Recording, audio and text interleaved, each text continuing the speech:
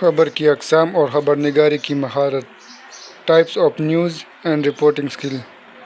خبر کی اقسام کئی طرح سے بیان کی جا سکتی ہیں، مثلاً ساخت کے لحاظ سے خبر کو اہرام نما اور معکوس اہرام نما اقسام میں تقسیم کیا جا سکتا ہے۔ اس طرح دلچسپی کے لحاظ سے خبر کو مقامی، علاقائی، قومی اور بین الاقوامی اقسام میں تقسیم کیا جا سکتا ہے، لیکن موضوع کے لحاظ سے خبر کی اقسام کو اہم قرار دیا گیا ہے۔ لہٰذا اس باب میں ہم موضوع کے لحاظ سے خبر کی تمام اقسام کا نہ صرف تفصیل سے جائزہ لیں گے بلکہ ان خبروں کے حصول کے لیے درکار ان خصوصی مہارتوں کا بھی ذکر کریں گے جو ان کی خبر نگاری کے لیے درکار ہوتی ہیں۔ بیٹ، موضوع کے لحاظ سے تقسیم شدہ ان اقسام کو بیٹس بھی کہا جاتا ہے۔ بیٹ دراصل کسی رپورٹر کو اپنے ادارے کی طرف سے ملا ہوا وہ علاقہ یا شعبہ ہوتا ہے جس کی خبر نگاری کی ذمہ داری اس کو سونپی جاتی ہے۔ مثال کے طور پر تعلیم، صحت، ماحولیات اور ثقافت مختلف بیٹس ہیں۔ ان شعبوں سے متعلق تمام تر خبروں کا حصول اور فراہمی ان رپورٹرز کی ذمہ داری ہوگی جن کو یہ بیٹس دی گئی ہوگی۔ اگر کسی رپورٹر نے اپنی بیٹ سے متعلق کوئی اہم خبر فراہم نہ کی ہو اور وہ خبر دوسرے اخبارات میں شائع ہو گئی ہو تو اس رپورٹر کی اخبار کی انتظامیہ کی طرف سے باعث پرس کی جاتی ہے۔ لہٰذا ہر رپورٹر کو اپنی بیٹ کے بارے میں بہت زیادہ باخبر رہنا پڑتا ہے۔ یہ ضروری نہیں کہ ایک رپورٹر کے پاس ایک ہی شعبے کی بیٹ ہو، بلکہ اکثر اوقات ایک رپورٹر کے پاس کئی شعبوں کی بیٹ ہوتی ہے۔ رپورٹر اپنی بیٹس میں تعلقات استوار کرتے ہیں تاکہ انہیں خبروں کے حصول میں آسانی رہے۔ یہ تعلقات جس قدر مضبوط اور مستحکم ہوں گے، رپورٹر کے لیے خبروں کا حصول اتنا ہی آسان ہوگا۔ ذیل میں ہم خبروں کی اقسام کا جائزہ لیتے ہیں۔ نمبر 1، سیاسی خبریں۔ سیاسی خبریں پولیٹیکل نیوز۔ دنیا بھر کے اخبارات میں شائع ہونے والی خبروں کا زیادہ تر حصہ سیاسی خبروں پر مشتمل ہوتا ہے۔ سیاسی خبریں قومی بھی ہو سکتی ہیں اور بین الاقوامی بھی، مقامی بھی ہو سکتی ہیں اور علاقائی بھی، لیکن ان میں دلچسپی کا عنصر ہونا ضروری ہے۔ سیاسی خبروں کا ایک بڑا حصہ حکومتی خبروں پر مشتمل ہوتا ہے کیونکہ جمہوریت میں حکومت اور سیاسیات لازم و ملزوم قرار دیے جاتے ہیں۔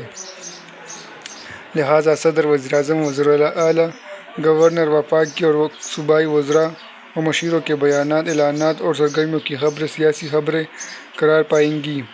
علاوہ ازیں سیاستدانوں، سیاسی رہنماؤں اور ارکان اسمبلی کی مصروفیات اور ان کے بیانات بھی سیاسی خبروں میں شامل ہیں۔ قومی اور صوبائی اسمبلیوں کے انتخابات کے زمانے میں سیاسی خبروں کی اہمیت اور بھی بڑھ جاتی ہے۔ اس عرصے میں زیادہ تر اخبارات میں سیاسی خبروں کا تناسب 80% سے بھی زیادہ ہو جاتا ہے۔ تمام سیاسی خبروں کا حصول کسی ایک رپورٹر کے بس کی بات نہیں، لہٰذا مختلف سیاسی جماعتوں کی بیٹس مختلف رپورٹرز میں تقسیم کر دی جاتی ہیں۔ مثال کے طور پر ایک رپورٹر کو پیپل پارٹی اور دوسرے کو مسلم لیگ اور تیسرے کو مذہبی جماعتوں کی بیٹ دی جاتی ہے۔ روزمرہ کی سیاسی خبریں خبر نگاروں کو آسانی سے سیاسی جماعتوں کے دفاتر سے پریس ریلیز کی صورت میں مل جاتی ہے کیونکہ تقریباً تمام سیاسی جماعتوں نے اپنے کل وقتی سیکریٹری اطلاعات مقرر کر رکھے ہیں جن کی ذمہ داری ہوتی ہے کہ وہ اپنی پارٹی کی خبریں ذرائع ابلاغ کو باقاعدگی سے فراہم کریں۔ بعض سیاسی جماعتوں نے پیشہ ورانہ صحافیوں کی خدمات بھی حاصل کر رکھی ہوتی ہیں۔ سیاسی جماعتوں کے یہ شعبۂ اطلاعات اپنی جماعتوں کی خبریں اور بیانات ذرائع ابلاغ کو بذریعہ فیکس یا ای میل اور ارسال کرتے ہیں، جبکہ تصاویر ذاتی طور پر بھیجی جاتی ہیں۔ اس طرح معمول کی سیاسی خبروں کے حصول میں سیاسی خبر نگاری کو کوئی خاص مشکل نہیں ہوتی، البتہ تحقیق کی سیاسی خبروں کے حصول کے لیے سیاسی خبر نگار کو بہت زیادہ محنت کرنا پڑتی ہے۔ سیاسی جوڑ توڑ، پارٹیوں کے اندرونی اختلافات اور دھڑے بندیاں، ارکان کی خرید و فروخت اور ہارس ٹریڈنگ کی خبریں اور اسی طرح کی دوسری بے شمار خبریں آسانی سے حاصل نہیں ہوتیں۔ ان کے لیے بے پناہ محنت کی ضرورت ہوتی ہے۔ سیاسی خبریں فراہم کرنے والے رپورٹر کے لیے ضروری ہے کہ وہ خود کسی جماعت کا اعلی کار نہ بنے بلکہ رپورٹر ہی رہے۔ اس کے لیے متعلقہ سیاسی جماعت کے قریب ہونا اور رہنما سے تعلقات بنانا تو ضروری ہے، لیکن اس جماعت کا ترجمان بن کر اس کی وکالت کرنے کی گنجائش بالکل نہیں۔ اس کے لیے ضروری ہے کہ وہ مکمل طور پر غیر جانبدار رہے اور اپنی سرگرمیوں کو صرف رپورٹنگ تک محدود رکھے تاہم اسے سیاسی نشے و فراز سے مکمل آگاہی ہو۔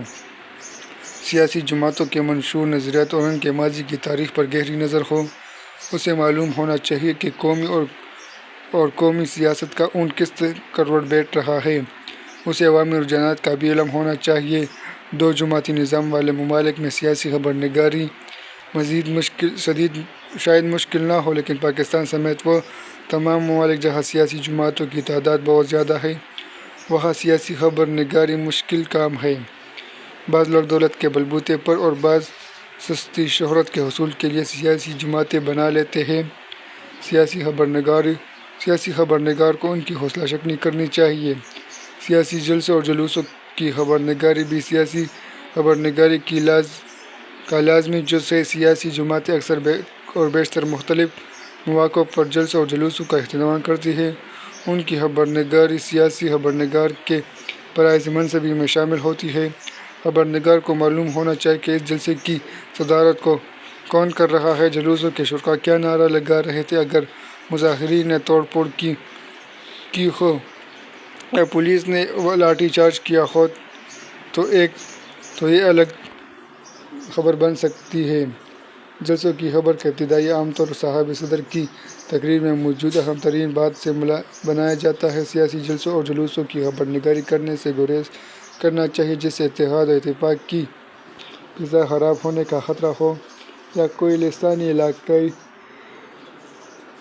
گمراہی یا مذہبی تعصب پھیلنے کا اندیشہ ہو۔ اگر کسی مقرر نے کوئی اشتعال انگیز تقریر کی ہے اور اس سے معاشرے میں منافرت پھیلنے کا اندیشہ ہے تو اس کو خبر کا حصہ نہ بنایا جائے۔ یہ خبر نگار کا قومی فریضہ ہے۔ پارلیمانی خبریں پارلیمنٹ نیوز پارلیمانی خبریں اپنی نوعیت کے لحاظ سے سیاسی خبروں سے مشابہت رکھتی ہیں، کیونکہ پارلیمنٹ کے دونوں ایوانوں میں بھی سیاستدان موجود ہوتے ہیں اور ان کی تقاریر اور بیانات کی خبر نگاری کرنا ہوتی ہے۔ اس لیے بعض ماہرین پارلیمانی خبروں کو سیاسی خبروں سے الگ نہیں سمجھتے، لیکن بعض تکنیکی معاملات کی وجہ سے اکثر ماہرین صحافت پارلیمانی خبروں کو خبر کی الگ قسم قرار دیتے ہیں۔ پارلیمنٹ چونکہ ملک کا اعلیٰ ترین ادارہ ہے، اس میں سینٹ، قومی اور صوبائی اسمبلیاں شامل ہوتی ہیں، جہاں ملک بھر کے منتخب نمائندے بیٹھتے ہیں، قانون سازی کرتے ہیں، ملک کے معاملات بہتر انداز میں چلانے کے لیے بحث کی جاتی ہے اور قراردادیں منظور کی جاتی ہیں۔ پارلیمانی خبر نگاری کے لیے عام طور پر سینئر اور تجربہ کار رپورٹر کو تعینات کیا جاتا ہے، کیونکہ اس کے لیے خصوصی مہارت درکار ہوتی ہے۔ پارلیمانی خبر نگاری کے لیے ضروری ہے کہ وہ تمام ارکان اسمبلی سے شناسا ہو اور ان کی سیاسی وابستگی سے آگاہ ہو۔ اسے معلوم ہونا چاہیے کہ تحریک استحقاق اور تحریک التوا سے کیا مراد ہے، یہ کیسے پیش کی جاتی ہے، پہلی، دوسری اور تیسری خواندگی سے کیا مراد ہے، کورم کیسے پورا کیا جاتا ہے، کوئی تحریک کیسے پیش کی جاتی ہے۔ پارلیمانی خبر نگار کو پارلیمانی قواعد و ضوابط، طریق کار اور اصطلاحات سے مکمل آگاہی ہونا چاہیے۔ اسمبلی کے جس اجلاس میں بجٹ پیش کیا جاتا ہے وہ بجٹ اجلاس کہلاتا ہے۔ بجٹ اجلاس اسمبلی کا اہم ترین اجلاس ہوتا ہے۔ اس اجلاس کے دوران پارلیمانی خبر نگاری خصوصی اہمیت کی حامل ہوتی ہے۔ بجٹ کے اعداد و شمار ایک خاص ترتیب سے لکھنا خصوصی مہارت کا متقاضی ہوتا ہے۔ تنخواہوں اور ٹیکسوں میں اضافے، ترقیاتی منصوبوں وغیرہ کی خبریں بھی اسی بجٹ اجلاس کے دوران ہی حاصل ہوتی ہیں۔ ارکان اسمبلی کا بجٹ پر رد عمل بھی پارلیمانی خبر نگاری کا اہم حصہ ہوتا ہے۔ اسمبلی کا کیفیٹیریا بھی پارلیمانی خبروں کے حصول کا اہم ذریعہ ہوتا ہے۔ اکثر ارکان اسمبلی اپنی دوست احباب کے ہمراہ یہاں پر گپ شپ کے موڈ میں بیٹھے ہوتے ہیں۔ پارلیمانی خبر نگار ان سے بات چیت کر کے اہم خبریں حاصل کر سکتا ہے۔ اس طرح پارلیمنٹ کی لابی میں بھی ارکان اسمبلی اور وزراء سے بات چیت کا موقع آسانی سے مل سکتا ہے۔ پارلیمانی خبر نگاری خصوصی احتیاط کی متقاضی ہوتی ہے۔ ارکان کے کاموں اور ان کی سیاسی جماعتوں کے نام درست لکھنا ضروری ہوتا ہے۔ اس طرح اسمبلی اجلاس میں ان کی تقریروں کی درست رپورٹنگ بھی ضروری ہوتی ہے۔ کوئی ایسی بات کسی رکن کے ساتھ منسوب نہ کی جائے جو استدعا کی ہو۔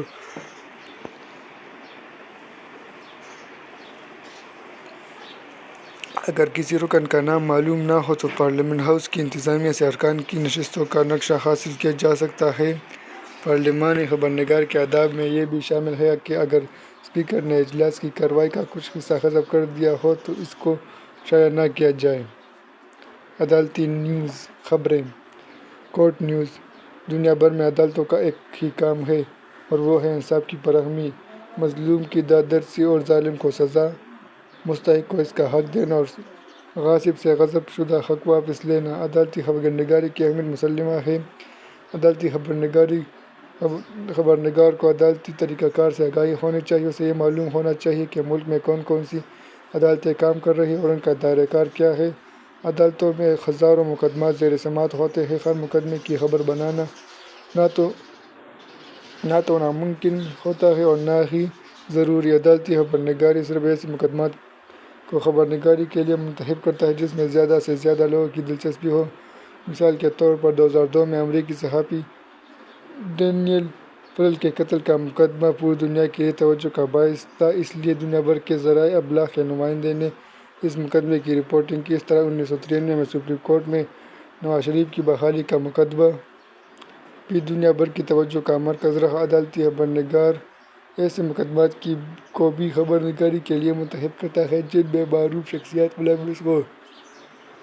سابق صدر آصف علی زرداری کے حوالے سے عدالتی خبرنگاری اس کی واضح مثال ہے۔ عدالتی خبرنگاری حد درجہ احتیاط کی متقاضی ہوتی ہے۔ خبرنگار کی ذرا سی کوتاہی بھی بڑے مسائل کا پیش خیمہ بن سکتی ہے۔ ضروری ہے کہ عدالتی خبرنگار قانون توہین عدالت سے پوری طرح آگاہ ہو۔ اسے معلوم ہونا چاہیے کہ عدالت میں سگریٹ نوشی کی اجازت نہیں ہوتی۔ اسے یہ بھی معلوم ہونا چاہیے کہ زیر سماعت مقدمے کی خبرنگاری بھی احتیاط طلب ہوتی ہے۔ مثلاً خبرنگار اپنی طرف سے کوئی رائے یا تبصرہ شامل نہیں کر سکتا اور نہ ہی کوئی ایسی بات لکھ سکتا ہے جس سے عدالت کے متاثر ہونے یا فیصلے پر اثر انداز ہونے کا خطرہ ہو۔ کسی ایسے مقدمے کی کارروائی کی خبرنگاری کی اجازت بھی نہیں ہوتی جس کی سماعت بند کمرے میں کی گئی ہو۔ اس طرح عدالت کی طرف سے حذف شدہ کارروائی کی اشاعت کی اجازت بھی نہیں ہوتی۔ رپورٹر کو عدالت کے فیصلے پر کوئی تبصرہ یا تنقید شائع کرنے کا حق بھی نہیں ہوتا۔ اس کے لیے یہ بھی ضروری ہے کہ دیوانی اور فوجداری مقدمات میں فرق اچھی طرح سمجھتا ہو۔ عدالتی طریقہ کار اور قوانین و ضوابط سے مکمل طور پر خبرنگار ہی عدالتی خبرنگاری کر سکتا ہے۔ ذرا سی بے احتیاطی اخبار اور خبر دونوں کے لیے مسائل پیدا کر سکتے ہیں۔ نمبر 4، جرائم کی خبرنگاری کرائم رپورٹنگ۔ کرۂ ارض پر جرم کی تاریخ اتنی ہی پرانی ہے جتنی کہ انسانیت کی دنیا میں جرائم کا سلسلہ حضرت آدم علیہ السلام کے بیٹے قابیل کے ہاتھوں حابیل کے قتل کے ساتھ ہی شروع ہو گیا تھا اور یہ سلسلہ قیامت تک رہے گا۔ جرائم کی خبرنگاری ذرائع ابلاغ کے لیے خصوصی اہمیت کی حامل ہے۔ آئے دن معاشرے میں قتل، ڈکیتی، چوری، لڑائی جھگڑے اور ایسے ہی دوسرے واقعات ہو رہے ہیں۔ یہ الگ بات ہے کہ کسی معاشرے میں جرائم کی شرح کم ہے اور کسی میں زیادہ، لیکن کوئی بھی جرائم سے پاک نہیں۔ جرائم کی خبرنگاری ایک حساس اور مشکل فریضہ ہے۔ جرائم کی خبر لکھتے وقت خصوصی احتیاط کی ضرورت ہوتی ہے۔ مثلاً کوئی ایسی بات نہ لکھی جائے جس سے جرائم کی حوصلہ افزائی ہوتی ہے۔ اسی طرح جرائم کی اتنی تفصیل نہ لکھی جائے جس سے نوح ذہن اس کی جانب مائل ہو جائے۔ بعض اوقات خودکشی یا چوری کی خبروں کی اس قدر تفصیل لکھی جاتی ہے کہ بعض لوگ جو اس بارے میں پہلے سوچ رہے ہوتے ہیں ان کو جرم کی رہنمائی مل جاتی ہے۔ اگر کسی عورت کے ساتھ زیادتی کی خبر ہے تو اس میں اس کا پورا نام لکھنے کی بجائے نام کا صرف پہلا حرف لکھا جاتا ہے تاکہ اس عورت کی معاشرے میں رسوائی نہ ہو۔ جرائم کی خبروں کے حصول کا سب سے بڑا ذریعہ پولیس اسٹیشن ہوتے ہیں کیونکہ سب سے پہلے کسی جرم کی اطلاع پولیس کو دی جاتی ہے۔ جرائم کے خبرنگاروں کرائم رپورٹرز کا اپنے شہر کے پولیس تھانوں سے قریبی رابطہ ہوتا ہے اور وہ خود وہاں جا کر یا ٹیلی فون پر روزانہ کی جرائم کی خبریں حاصل کرتے ہیں، لیکن پولیس کی فراہم کردہ خبریں ناکافی ہوتی ہیں۔ کرائم رپورٹر کے لیے ضروری ہے کہ وہ خود اپنے طور پر ٹیم میں لگا رہے۔ بعض اوقات پولیس افسر کسی جرم کی پردہ پوشی بھی کر رہے ہوتے ہیں، رشوت یا سفارش کی وجہ سے معاملے کو دبانا چاہتے ہیں اور پریس سے چھپانا چاہتے ہیں۔ اس کے برعکس بعض اوقات میں وہ اپنی کارکردگی بڑھا چڑھا کر بیان کرتے ہیں۔ اس لیے کرائم رپورٹر کو پولیس ذرائع پر اندھا اعتماد نہیں کرنا چاہیے اور نہ ہی پولیس افسروں کا اعلی کار بننا چاہیے۔ جرائم کی زیادہ تر خبریں کئی دن جاری رہتی ہیں۔ کرائم رپورٹر کا کام ایک خبر دے کر ختم نہیں ہو جاتا بلکہ مسلسل ان خبروں کا فالو اپ دیتے رہنا ضروری ہوتا ہے۔ فالو اپ کسی خبر کی بعد میں ہونے والی پیش رفت کو کہا جاتا ہے۔ مثلاً ڈاکوؤں کے گروہ کی گرفتاری کی خبر شائع ہوئی اگلے روز ڈاکو نے کچھ انکشاف کیا کہ انہوں نے پلا جگہ ڈکیتی کی تھی، تو یہ خبر پہلے والی خبر کا فالو اپ ہوگی۔ بعض اوقات فالو اپ کئی دن تک چلتا رہتا ہے۔ جرائم کی خبر نگاری جان جوکوں کا کام ہے، کمزور دل صحافی یہ کام نہیں کر سکتے۔ جرائم پیشہ افراد بالعموم بڑے منظم اور بااثر ہوتے ہیں، ان کے خلاف لکھنا بڑے دل گردے کا کام ہے۔ خبر نگار جرائم پیشہ افراد ان کے سرپرستوں کی نقاب کشائی کرے گا تو وہ آسانی سے برداشت نہیں کریں گے۔ یہ لوگ جرائم کے خبر نگاروں کو روپے پیسے کا لالچ دینے کی کوشش کرتے ہیں۔ یہ بڑا مشکل مرحلہ ہوتا ہے، لیکن اگر کرائم رپورٹر کا فرض ہے کہ وہ حق کی آواز بلند کرے اور کسی لالچ میں نہ آئے، جو رپورٹر لالچ میں نہ آئے، جرائم پیشہ افراد سے دھمکیاں دیتے ہیں اور ڈراتے دھمکاتے ہیں، اس مرحلے سے کامیاب نکلنا بھی مشکل کام ہے، لیکن ہمیشہ وہی کرائم رپورٹر کامیاب ہوتا ہے جو نہ تو کسی لالچ میں اور نہ ہی دھمکیوں سے خوفزدہ ہو۔ جرائم کے خبر نگار اپنے طور پر بھی جرائم کی تفتیش کرتے ہیں اور بعض اوقات ان کی ذاتی جہد کے نتیجے میں ایسے انکشاف ہوتے ہیں جن تک پولیس افسر بھی نہیں پہنچ سکتے۔ تجربہ نگار انالیسس بعض اہم ملکی اور بین الاقوامی معاملات پر خبروں کے ساتھ ساتھ تجزیہ نگاری کی ضرورت ہوتی ہے۔ تجزیہ لکھنے کی ذمہ داری عام طور پر کسی سینئر خبر نگار کو سونپی جاتی ہے۔ تجزیہ نگار کی ضرورت اس لیے بھی محسوس ہوتی ہے کہ صحافت کا مقصد اطلاعات فراہم کرنے کے علاوہ رہنمائی کرنا بھی ہے۔ قارئین اہم ترین معاملات پر صحافت کی طرف سے تبصرہ اور تجزیہ پڑھنے کے خواہشمند ہوتے ہیں۔ یوں تو دوسرے صحافی اصناف پیچر، کالم اور اداریہ تجزیہ نگاری کے لیے مختص ہوتے ہیں، لیکن بعض اہم معاملات پر تجزیہ خبروں کی صورت میں بھی شائع کیا جاتا ہے۔ اس سلسلے میں اہم بات یہ ہے کہ تجزیہ مکمل طور پر غیر جانبداری سے لکھا جائے اور حقائق کی بنیاد پر مستقبل کی ممکنہ نقشہ کشی کی جائے۔ تجزیہ نگار قارئین کی اخبار کے ساتھ وابستگی کو مضبوط اور مستحکم بناتی ہے۔ 6. موسم کی خبریں ویدر نیوز موسم کی خبروں سے ہر انسان کو دلچسپی ہوتی ہے، اس لیے ذرائع ابلاغ باقاعدگی سے موسم کی خبریں نشر اور شائع کرتے ہیں۔ موسم کی خبروں کا اہم ترین ذریعہ محکمہ موسمیات ہے، جس کا صدر دفتر اسلام آباد میں جبکہ علاقائی دفتر مختلف شہروں میں قائم ہے۔ یہ دفاتر اگلے 24 گھنٹوں کی موسم کی پیش گوئی خود بھی ذرائع ابلاغ کو جاری کرتے ہیں۔ خبر نگار بھی اس سلسلے میں محکمہ موسمیات سے رابطہ رکھتے ہیں۔ زیادہ بارشوں اور سیلاب کے دنوں میں موسم کی خبروں کی غیر معمولی اہمیت حاصل ہو جاتی ہے، کیونکہ ہر شخص بارش رکنے اور سیلاب ختم ہونے کے لیے دعا گو اور خواہشمند ہوتا ہے۔ اس کے برعکس خشک سالی میں لوگ بارشوں کے دعا گو ہوتے ہیں اور وہ موسم کی خبریں اس لیے سنتے ہیں یا پڑھتے ہیں کہ شاید بارش ہونے کا امکان ہو۔ اس طرح ساحل سمندر کے نزدیک رہنے والے اور ماہی گیروں کو اپنے رزق کے سلسلے میں سمندری موسم معلوم کرنے کی ضرورت ہوتی ہے۔ ترقی یافتہ ممالک میں ماہی گیروں کے لیے ریڈیو پر خبروں کے خصوصی بلیٹن نشر کیے جاتے ہیں۔ برف باری والے علاقوں میں رہنے والے لوگوں کو بھی موسمی حالات سے آگاہ رکھنے کی ضرورت ہوتی ہے تاکہ وہ زیادہ برف باری ہونے کی صورت میں اپنے روزمرہ معاملات کی منصوبہ بندی کر سکیں۔ کھیلوں کی خبریں اسپورٹس نیوز کھیلوں کی خبریں کھیلوں کی بڑھتی ہوئی مقبولیت کی وجہ سے خصوصی اہمیت اختیار کر گئی ہے۔ گزشتہ چند برسوں میں دنیا بھر میں لوگوں میں کھیلوں سے دلچسپی بڑھی ہے اور لوگ کھیلوں کی خبریں شوق سے سنتے اور پڑھتے ہیں۔ بالخصوص کھیلوں کے عالمی مقابلوں اور ورلڈ کپ کے دوران ان خبروں کی اہمیت اور بھی بڑھ جاتی ہے۔ کھیلوں کی خبریں کھیلوں کے شائقین کو تازہ ترین صورتحال سے آگاہ رکھتی ہیں۔ یہ خبریں معاشرے میں صحت مند سرگرمیوں کے فروغ کے لیے معاون ثابت ہو سکتی ہیں۔ ذرائع ابلاغ نے کھیلوں کی خبروں کی رپورٹنگ کے لیے اسپورٹس رپورٹر مقرر کر رکھے ہیں، جو مقامی سطح پر ہونے والے میچ اور کھیلوں کی دیگر سرگرمیوں کی خبریں اپنے اداروں کو فراہم کرتے ہیں۔ کھیلوں سے خبر نگاروں کے لیے ضروری ہے کہ ان کی تمام کھیلوں میں دلچسپی ہو اور وہ کھیلوں کے قواعد و ضوابط سے آگاہ ہو اور کھیلوں کی تاریخ اور معروف کھلاڑیوں کے ریکارڈز اور کارناموں سے آگاہی رکھتا ہو۔ کھیلوں میں دلچسپی کے بغیر کوئی خبر نگار اسپورٹس رپورٹر نہیں بن سکتا۔ اگرچہ اسپورٹس رپورٹر کا بنیادی کام کھیلوں کے بارے میں خبر خبروں کی برخ بھی ہے، لیکن وہ اپنے قارئین کی رہنمائی کے لیے تبصرہ و تجزیہ بھی لکھ سکتا ہے، بشرطیہ کہ یہ تبصرہ یا تجزیہ غیر جانبداری سے لکھا گیا ہو، اس میں ذاتی پسند ناپسند کا عمل دخل نہ ہو۔ تمام بڑے اخبارات خبروں کے صفحات کے علاوہ اسپورٹس کا ایک ہفتہ وار ایڈیشن بھی شائع کرتے ہیں۔ اسپورٹس اور رپورٹر اس ایڈیشن میں تفصیلی رپورٹیں، تجزیہ اور کھلاڑیوں کے انٹرویو شامل کر سکتے ہیں۔ 5 مذہبی خبرنگاری ریلیجیس رپورٹنگ۔ مساجد، مدرسوں اور دینی تعلیمی اداروں میں وقتاً فوقتاً مذہبی اور دینی تقاریب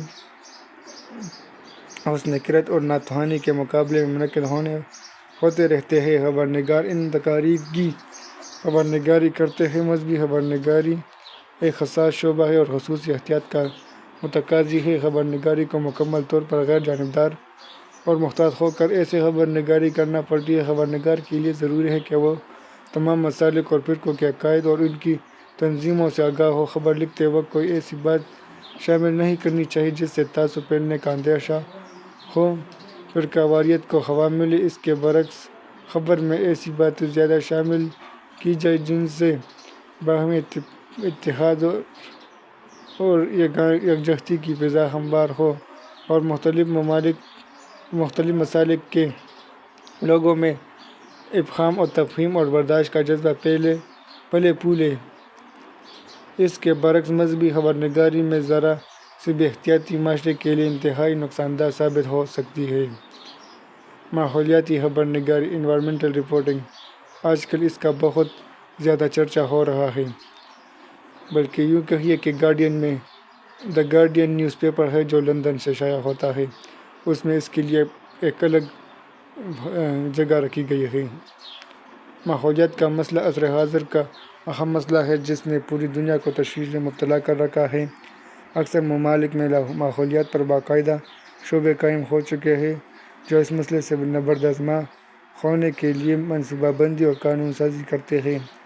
ماحولیاتی خبرنگاری سے مراد ماحول سے متعلق خبروں کا حصول اور فراہمی ہے۔ اس کی اہمیت اس لیے بھی نظر انداز نہیں کی جا سکتی کہ لوگ ماحولیات کے بارے میں جاننا چاہتے ہیں۔ بڑھتی ہوئی آلودگی کے باعث انسانی زندگی شدید خطرات سے دوچار ہے۔ ماحولیات کے خبرنگار اس مسئلے پر قلم اٹھاتے ہیں، وہ عوامی مطالبات حکومت تک اور حکومتی موقف عوام تک پہنچاتے ہیں۔ ماحولیاتی خبرنگار عوام الناس کو احتیاطی تدابیر سے آگاہ کرکے اہم کردار ادا کر سکتے ہیں۔ وہ عوام میں شعور اجاگر کر سکتے ہیں کہ وہ کس طرح آلودگی کے خاتمے میں اپنا کردار ادا کریں گے۔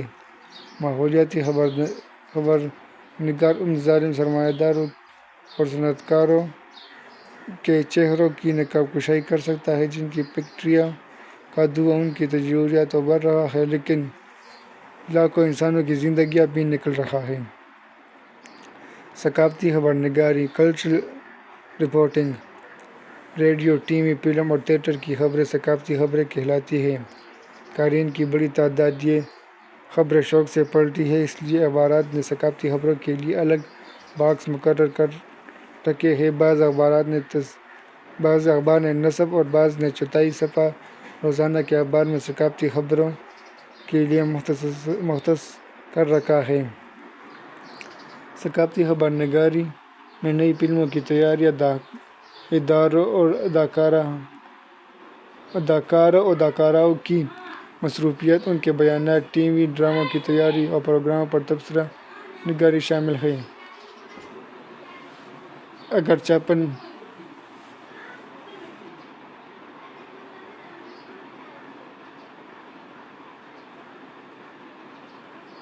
فنکاروں کی آپس میں لڑائی اور ایک دوسرے کے خلاف بیان بازی بھی آج کل کے اخبارات میں شائع ہو رہی ہے، لیکن یہ کوئی اچھا رجحان نہیں، اس کی حوصلہ شکنی ہونی چاہیے۔ ضرورت اس بات کی ہے کہ مثبت رجحانات کو پروان چڑھایا جائے۔ عظیم فنکاروں کو خراج تحسین پیش کرنے اور فوت ہو جانے والے فنکاروں کو خراج عقیدت پیش کرنے کے لیے ان کے حالات زندگی بھی ثقافتی خبر کے طور پر شائع کیے جا سکتے ہیں۔ 11 پریس کانفرنس کی خبرنگاری۔ Reporting of press conference. ملک کی اہم شخصیات مختلف مواقع پر پریس کانفرنس کا اختتام کرتی ہے۔ اس کی خبر نگاری اگر ریڈیو ٹیلی ویژن کی ٹیمیں بھی کر رہی ہوتی تو اس کو پریس کانفرنس کی بجائے نیوز کانفرنس کہا جاتا ہے۔ پریس یا نیوز کانفرنس عام طور پر کسی خاص موقع پر کی جاتی ہے اور اس میں خطاب کرنے والی شخصیت کوئی اہم اعلان یا انکشاف کرتی ہے یا کسی اہم بات کی وضاحت کی جاتی ہے۔ مختلف سرکاری، نیم سرکاری اور نجی اداروں کے سربراہ، غیر سرکاری تنظیمیں اور سیاسی شخصیات آئے دن مختلف موضوعات پر پریس کانفرنس منعقد کرتی رہتی ہیں۔ صحافیوں کو پریس کانفرنس کے وقت اور جگہ کی اطلاع پر مشتمل ایک دعوت نامہ قبل از وقت ارسال کر دیا جاتا ہے۔ اس طرح مباحثات کی فراہمی بھی انتظامیہ کی ذمہ داری ہوتی ہے، تاہم وقت اور جگہ مقرر کرتے وقت صحافیوں کی آسانی کو مدنظر رکھا جاتا ہے۔ پریس کانفرنس میں خطاب کرنے والی شخصیات کی گفتگو کا مسودہ عام طور پر اخبار نویسوں کو ان کی آسانی کے لیے فراہم کر دیا جاتا ہے کہ انہیں دوبارہ لکھنے کی ضرورت نہ پڑے۔ شخصیت کی گفتگو ختم ہونے پر صحافیوں اور خبر نگاروں کو متعلقہ شخصیت سے سوال کرنے کی اجازت ہوتی ہے۔ اس موقع پر کوئی رپورٹر متعلقہ شخصیت کی کسی بات کی وضاحت طلب کر سکتا ہے۔ بعض اوقات پریس کانفرنس سے خطاب کرنے والی شخصیت کوئی آف دی ریکارڈ بات کرتی ہے۔ اس کا مطلب ہوتا ہے کہ یہ بات شائع نہ کی جائے۔ خبر نگار اخلاقی طور پر پابند ہوتے ہیں کہ وہ آف دی ریکارڈ گفتگو شائع نہ کریں۔ بعض لوگ سستی شہرت حاصل کرنے اور صحافیوں سے تعلقات بنانے کی خاطر پریس کانفرنس منعقد کرتے ہیں اور صحافیوں کو مرغن کھانے کھلاتے ہیں تاکہ ان کی تصویریں نمایاں طور پر شائع ہو سکیں۔ صحافت کے پیشے سے منسلک افراد کو اس رجحان کی حوصلہ شکنی کرنی چاہیے اور ذرائع ابلاغ کو قوم کی امانت سمجھتے ہوئے درست اور مثبت میں استعمال کرنا چاہیے۔ 12 جنگی خبر نگاری وار رپورٹنگ۔ زمانۂ جنگ میں جنگ کے حوالے سے خبر نگاری جنگی خبر نگاری کہلاتی ہے اور یہ فوج کے تعاون کے بغیر ناممکن ہوتی ہے۔ اس تمام عرصے میں پاک فوج کا شعبہ تعلقات عامہ، inter service public relation (ISPR) ذرائع ابلاغ کو جنگ کی تازہ ترین صورتحال سے آگاہ رکھتا ہے اور دشمن کے پروپیگنڈے کا جواب دیتا ہے۔ جنگی خبر نگاری میں خبر نگار کا یہ فرض ہوتا ہے کہ وہ اپنی خبروں کے ذریعے اپنی قوم کا حوصلہ بلند رکھے اور دشمن ملک کے پروپیگنڈے سے متاثر نہ ہونے دے۔ زمانۂ جنگ میں اکثر ممالک ذرائع ابلاغ کو نفسیاتی جنگ کے لیے استعمال کرتے ہیں۔ جنگی خبر نگار کو معلوم ہونا چاہیے کہ وہ اپنی خبروں کو نفسیاتی جنگ کے لیے کیسے استعمال کر سکتا ہے، اپنی قوم کا حوصلہ اور مخالف قوم کا حوصلہ پست کیسے کر سکتا ہے۔ افغانستان اور عراق پر مسلح امریکی جنگ کے دوران جنگی خبر نگاری نے دنیا کو جنگی حالات سے آگاہ رکھنے میں اہم کردار ادا کیا۔ 13 تعلیمی خبر نگاری ایجوکیشنل رپورٹنگ۔ تعلیمی اداروں میں ہونے والی سرگرمیوں اور شعبہ تعلیم سے متعلق خبر نگاری کو تعلیمی خبر نگاری کہا جاتا ہے۔ تعلیمی خبر نگاری کے ساتھ ہمارے ملک کی صحافت نے وہی سلوک کیا ہے جو ہمارے ملک کے حکمرانوں نے تعلیم کے ساتھ کیا ہے، یعنی تعلیمی خبروں کو بہت کم اہمیت دی جاتی ہے۔ ذرائع ابلاغ کو اپنے اس رویے پر نظر ثانی کرنی چاہیے۔ وہ تعلیمی خبر نگاری پر خصوصی توجہ دی جانی چاہیے تاکہ ملک میں تعلیمی کلچر پروان چڑھے، درس اور تدریس اور تعلیم و تحقیق کی حوصلہ افزائی ہو، نوجوان نسل کے ٹیلنٹ کو پلنے پھولنے کا موقع ملے۔ پاکستان میں اس وقت 100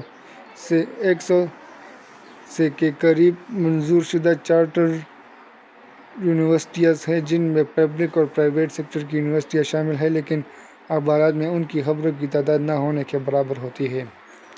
اس کی وجہ یہ ہے کہ ذرائع ابلاغ تعلیمی خبروں کو وہ اہمیت نہیں دیتے جو دینی چاہیے۔ 14 سائنس اور ٹیکنالوجیز کی خبریں۔ Reporting of science and technology. آج کی دنیا سائنس اور ٹیکنالوجی کی دنیا ہے، لیکن ہمارے ذرائع ابلاغ میں نشر اور شائع ہونے والی خبروں میں سائنس اور ٹیکنالوجی کی خبروں کا تناسب بہت کم ہے۔ اس کو بڑھانے کی ضرورت ہے۔ قارئین کو نئی ایجادات اور سائنسی میدان میں ہونے والی پیش رفت سے آگاہ کرنے کے لیے سائنسی خبروں کی اشاعت ضروری ہے۔ سائنسی خبریں انٹرنیٹ اور بین الاقوامی سائنس اور تحقیق کی جرائد سے آسانی سے مل سکتی ہیں۔ سائنسی خبر نگاری اس بات کی احتیاط ضرور ہوتی ہے کہ وہ دوران تحریر کوئی غلطی نہ ہونے پائے اور تمام حقائق اور واقعات کو خبر نگاری درست طور پر کی جائے، خصوصاً سائنسی اصطلاحات درست لکھی جائے۔ جہاں انگریزی لفظ کا متبادل اردو لفظ موجود نہ ہو وہاں انگریزی میں ہی سائنسی اصطلاح لکھ دی جانی چاہیے۔ 15 تجارتی خبر نگاری، کامرس رپورٹنگ، صنعت اور تجارت، درآمدات اور برآمدات، قیمتوں کے اتار چڑھاؤ اور سرمایہ کاری سے متعلق خبریں تجارتی خبر نگاری یا کامرس رپورٹنگ کہلاتی ہے۔ یہ خبریں وہی رپورٹر کر سکتا ہے جس کا معیشت کے ساتھ لگاؤ اور معاشی اصطلاحات پر عبور ہو۔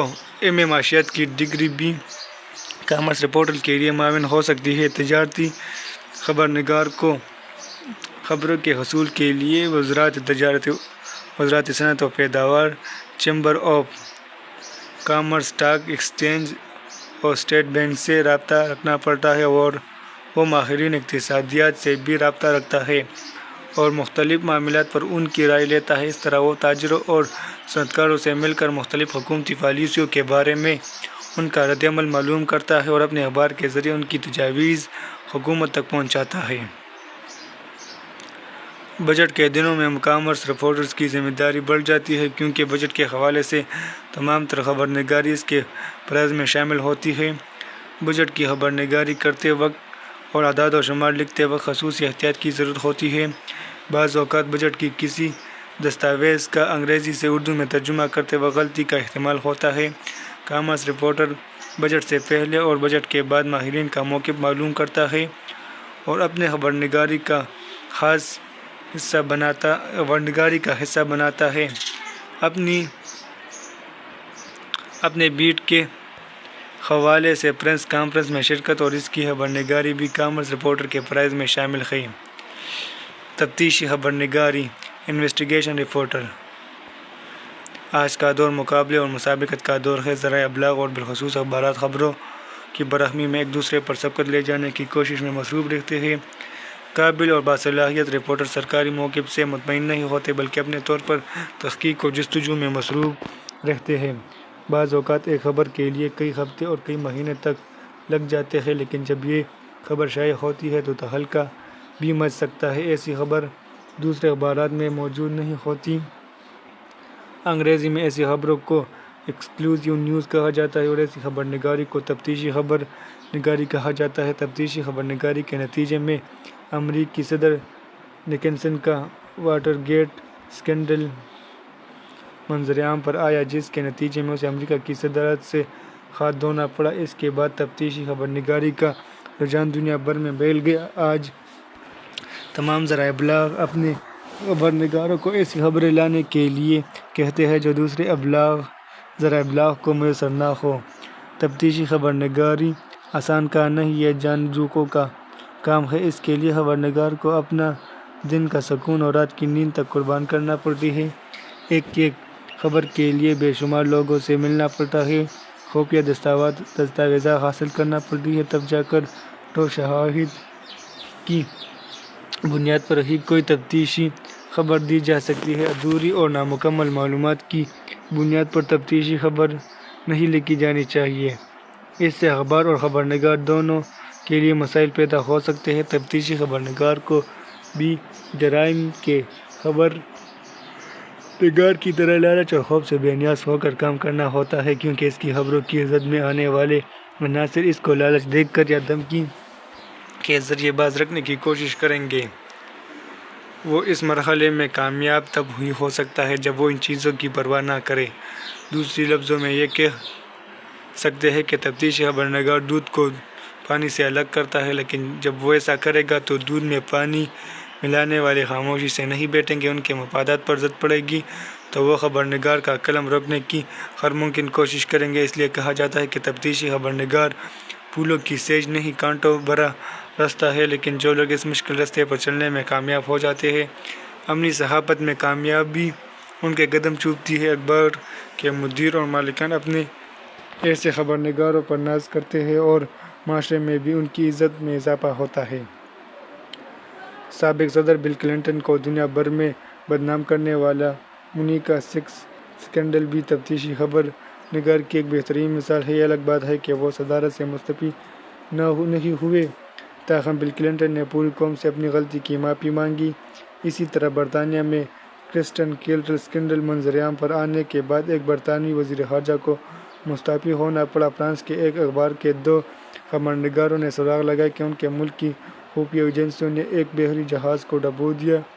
خبر سچ ثابت ہوئی تو فرانس کے وزیر دفاع مستعفی ہو گئے۔ ترقی یافتہ ممالک کے ذرائع ابلاغ تفتیشی خبر نگاری کے لیے بھاری رقوم مختص کرتے ہیں، لیکن ہمارے ملک میں ایسا نہیں ہوتا۔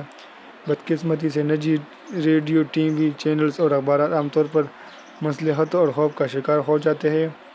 بعض اوقات وہ کسی بااثر اور صاحب ثروت گروہ کے خلاف سچی خبر شائع کرنے سے کتراتے ہیں۔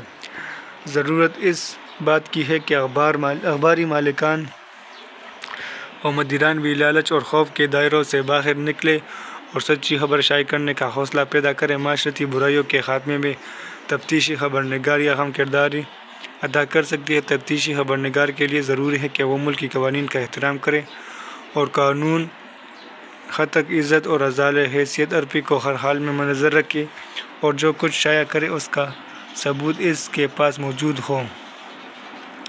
تفتیشی خبر نگاری کی اہمیت مسلمہ ہے، کیونکہ اس سے معاشرے کے کئی پہلو بے نقاب ہوتے ہیں، نئے حقائق سامنے آتے ہیں۔ تفتیشی خبر نگار ہر وقت کھوج میں لگا رہتا ہے تاکہ نئے حقائق اور چھپی ہوئی خبریں سامنے لا سکے اور چھپی ہوئی خرابیوں اور بدعنوانیوں کی نشاندہی کر سکے۔ تاہم خبر نگار کا فرض ہے کہ وہ تصویر کے دونوں رخ عوام کے سامنے پیش کرے اور غیر جانبدار ہو کر لکھے۔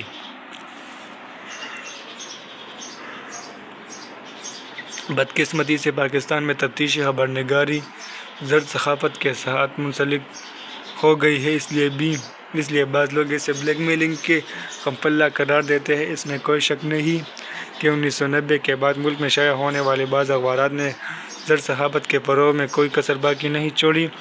ان کے رپورٹر بعض لوگوں کے خلاف خبریں حاصل کرتے ہیں اور پھر ان سے رقم طلب کرتے ہیں۔ اگر وہ پیسے دے دیں تو ان کے خلاف خبر شائع نہیں ہوتی، نہ دے تو ان کے خلاف مسلسل خبریں شائع ہوتی ہیں۔ حقیقت یہ ہے کہ گنتی کے 1-2 اخبارات نے پورے ملک کی صحافت کو بدنام کر دیا ہے، اور صحافتی بلیک میلنگ کا کلچر پورے ملک میں پھیل رہا ہے۔ یہاں تک کہ بعض دوسرے اخبارات بھی ان کے نقش قدم پر چلنا شروع ہو گئے ہیں۔ ایسے کلچر کی بیخ کنی ضروری ہے۔ حکومت کو بھی اس سلسلے میں کردار ادا کرنا چاہیے، لیکن پاکستان کی حکومتیں اپنی کمزوریوں کی وجہ سے اس سلسلے میں مصلحت پسندی کا شکار ہو جاتی ہے، بلکہ بعض اوقات تو خود ان اخبارات کے ہاتھوں بلیک میل ہو جاتی ہے۔ ایسے حالات میں ہم معاشرتی فرض ہے کہ اس ناسور کو بڑھنے سے روکیں۔ اسی کے ساتھ یہ ویڈیو مکمل ہوتی ہے۔ اجازت دیجیے گا۔ اللہ حافظ۔